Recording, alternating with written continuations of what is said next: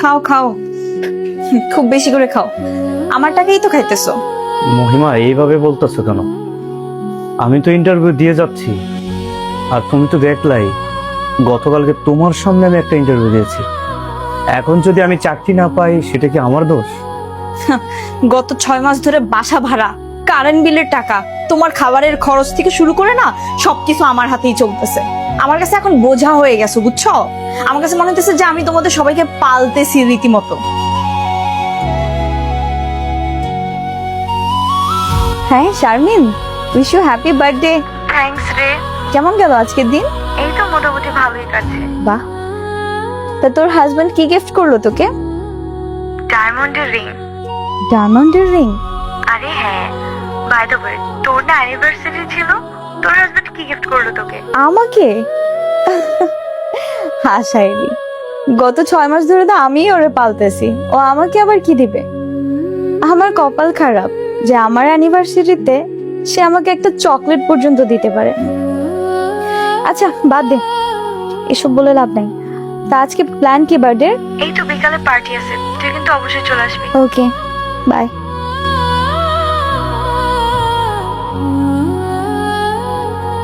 আমার কাছে মনে হইতেছে যে তোমরা আমার বোঝা হয়ে গেছো।